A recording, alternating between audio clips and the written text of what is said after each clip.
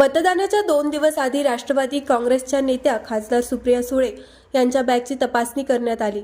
जाहीर सभेला जाण्यासाठी सुप्रिया सुळे हडपसर परिसरातील मांजरी हेलिपॅडवर उतरल्या होत्या। याच दरम्यान निवडणूक आयोगाचे अधिकारी हेलिपॅडवर पोहोचले आणि त्यांनी सुप्रिया सुळे यांच्या सर्वच बॅगांची तपासणी केली। त्याचा व्हिडिओ देखील रिलीज करण्यात आला आहे। या व्हिडिओत निवडणूक आयोगाचे अधिकारी हेलिकॉप्टरमधील सुप्रिया सुळे यांच्या बॅगा तपासताना दिसत आहेत।